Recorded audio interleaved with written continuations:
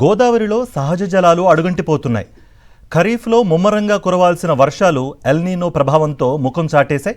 మరోవైపు ఎగువ ప్రాంతం నుంచి కూడా నీరు రాకపోవడంతో గోదావరి వెలవెలబోతోంది. దీంతో ఖరీఫ్ సాగుకు అవసరమైన నీటిని సైతం సరఫరా చేయలేని పరిస్థితి ఏర్పడుతోంది. గోదావరి డెల్టాలో రైతులు ఇంకా సాగునీటి కోసం ఎదురుచూస్తూనే ఉన్నారు. పలు చోట్ల ఆకుమడులు వేసేందుకు సైతం నీరు లేకపోవడంతో ఆందోళనకు దిగుతున్నారు. మరింత సమాచారం ధవళేశ్వరం కాటన్ బ్యారాజ్ నుంచి మా ప్రతినిధి హరీష్ అందిస్తారు.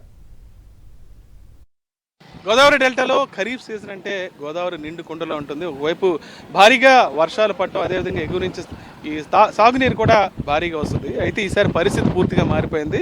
గోదావరిలో ఎటు చూసినా సరే మేటలు వేసిన ఇసుకే కనిపిస్తుంది.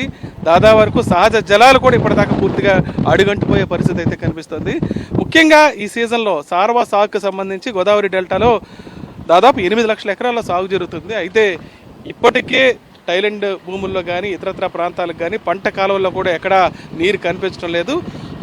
ఈ ఏడాది జూన్ 1 కల్లా సాగునీరు విడుదల చేసినా సరే ఖరీఫ్ పరిస్థితి అయితే అత్యంత దారుణంగా ఉందనే చెప్పాలి. ఎందుకంటే గోదావరి నుంచి విడుదల సహజ జలాలు ఖరీఫ్ సీజన్ ప్రారంభం దృష్ట్యా చాలా వరకు సాగునీరు అవసరం అవుతుంటుంది.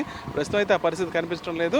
మరోవైపు ప్రభుత్వం ముందస్తు జాగ్రత్తలు దీని మీద తీసుకోవాలని రైతులు చెప్తున్నారు. ఎందుకంటే ఎల్నినో ప్రభావంతో వర్షాలు పట్టలేదు. దాంతో ప్రత్యామ్నాయాలు ఏం చేయాలి, తర్వాత పంటలకు సంబంధించి తెలంగాణ ప్రభుత్వం ఏ రకంగా ముందే ప్రకటించిందో అదే స్థితిలో ప్రభుత్వం కూడా రైతుల సంక్షేమాన్ని దృష్టిలో పెట్టుకుని ముందుగా ఈసారి పంటల పరిస్థితి ఏంటనే విషయాన్ని కూడా ప్రకటించాలంటున్నారు. అయితే ఆ రకమైన పరిస్థితులు అయితే ఇప్పటిదాకా చోటు చేసుకోలేదు.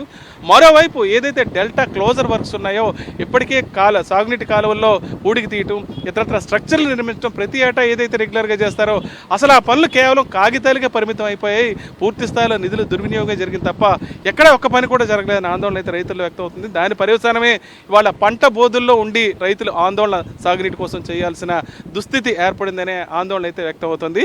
మరోవైపు ఎగువ నుంచి ఏదో రకంగా బలిమెల నుంచి కానీ ఇతరత్ర ప్రాంతాల నుంచి కానీ సాగునీరు అయితే ఏదైతే ఖరీఫ్కు అత్యవసరమో ఖచ్చితంగా ప్రభుత్వం వెంటనే స్పందించి సాగునీరు విడుదల చేసే విధంగా చర్యలు తీసుకోవాలని రైతులు కోరుతున్నారు. ధవళేశ్వరం కాటన్ బ్యారేజ్ నుంచి హరీష్ ఫర్ సాక్షి న్యూస్. మరిన్ని అప్డేట్స్ కోసం ఛానల్ ను సబ్స్క్రైబ్ చేయండి. నోటిఫికేషన్స్ కోసం బెల్ ఐకాన్ పై క్లిక్ చేయండి.